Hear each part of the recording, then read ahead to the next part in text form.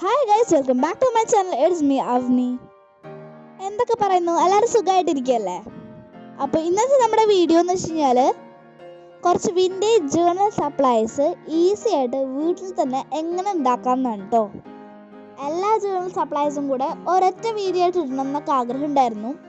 പക്ഷേ അതെല്ലാം കൂടെ ഒരൊറ്റ ദിവസമായിട്ട് ഒരേ വീഡിയോ ആയിട്ട് ഇടാനൊന്നും എന്നെ കൊണ്ട് പറ്റില്ല. അതുകൊണ്ട് ഞാനത് പാർട്ടായിട്ടാണ് ഇടുന്നത്. അപ്പോൾ ഇന്ന് നമ്മൾ ചെയ്യാൻ പോകുന്നത് ബേൺഡ് പേപ്പറാണ്. വിൻറ്റേജ് ജേർണൽ വീഡിയോസ് ഒക്കെ കാണുന്നവർക്ക് അറിയായിരിക്കും, ഈ ബേൺഡ് പേപ്പർ വെച്ചില്ലെങ്കിൽ ആ വിൻറ്റേജ് ജേർണലിന് അതിൻ്റെതായൊരു ഭംഗി കിട്ടില്ല. അത് എനിക്ക് മാത്രം തോന്നിയതാണോന്ന് അറിയില്ല. അപ്പോൾ നിങ്ങൾക്ക് അങ്ങനെ തോന്നിയിട്ടുണ്ടെങ്കിൽ ഒന്ന് കമൻറ്റ് ചെയ്യണേ. ഞാൻ എൻ്റെ പഴയ ടെക്സ്റ്റ് ബുക്കിൽ നിന്നാണ് ഈ കാണുന്ന പേപ്പർ സ്ട്രിപ്സ് ഒക്കെ കട്ട് ചെയ്തത്. നമുക്ക് കുറച്ച് വിൻറ്റേജ് ലുക്ക് കൊണ്ടുവരാൻ വേണ്ടിയിട്ട് ഇതിനൊന്ന് കളർ ചെയ്തെടുക്കാം. ഇനി ഈ പേപ്പറിനെ ബേൺ ചെയ്യാനായിട്ട് 2 മെത്തേഡ്സ് ഉണ്ട്. അതിൽ എനിക്ക് കൂടുതൽ ഈസി ആയിട്ട് തോന്നിയതും പക്ഷെ അതിന് സമയം പോകുന്നതായിട്ട് തോന്നിയതും ഇപ്പം ഞാൻ ഈ കാണിക്കുന്ന സ്റ്റെപ്പാണ്.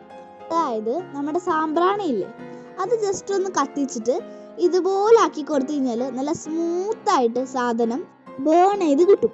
ഇത് കുട്ടികൾക്കൊക്കെ വളരെ സേഫ് ആയിട്ടുള്ളൊരു മെത്തേഡാണ്. ഇനി ഞാൻ പറഞ്ഞ സെക്കൻഡ് മെത്തേഡ് എന്താണെന്നല്ലേ, അതെന്ന് വെച്ച് കഴിഞ്ഞാൽ നമ്മുടെ തീ വെച്ചിട്ട് വേണം നമ്മളത് കത്തിക്കാൻ. അത് ഇത്തിരി റിസ്ക് ആണ്.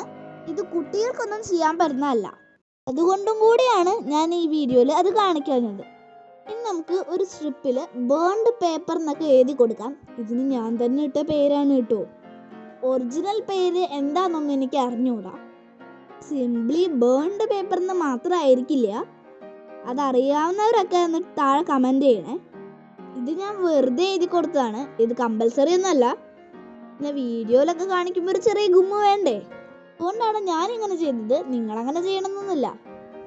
വെറുതെ കുറച്ച് ബേൺഡ് പേപ്പർ ഉണ്ടാക്കിയിട്ട് ഒരു ബോക്സിൻ്റെ അകത്ത് ഇട്ട് വെച്ചാലും മതി കേട്ടോ. അപ്പം ഞാനിത് ഒരു പ്ലാസ്റ്റിക് കവറിൻ്റെ ഉള്ളിലേക്ക് ആക്കുകയാണ്.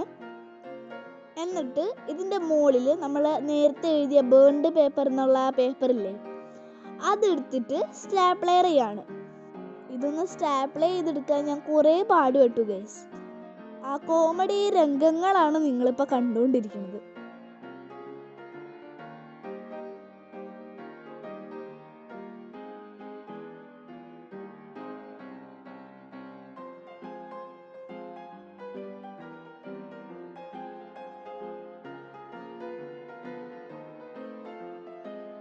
അവസാനം ഞാനത് സ്റ്റാപ്ലർ ചെയ്തെടുത്തു ഗൈസ്.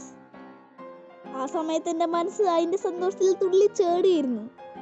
അങ്ങനെതാ നമ്മുടെ വിൻറ്റേജ് ജേർണലിങ്ങിനൊക്കെ യൂസ് ചെയ്യാൻ പറ്റുന്ന ബേൺഡ് പേപ്പറോടെ റെഡി ആയിരിക്കുകയാണ്.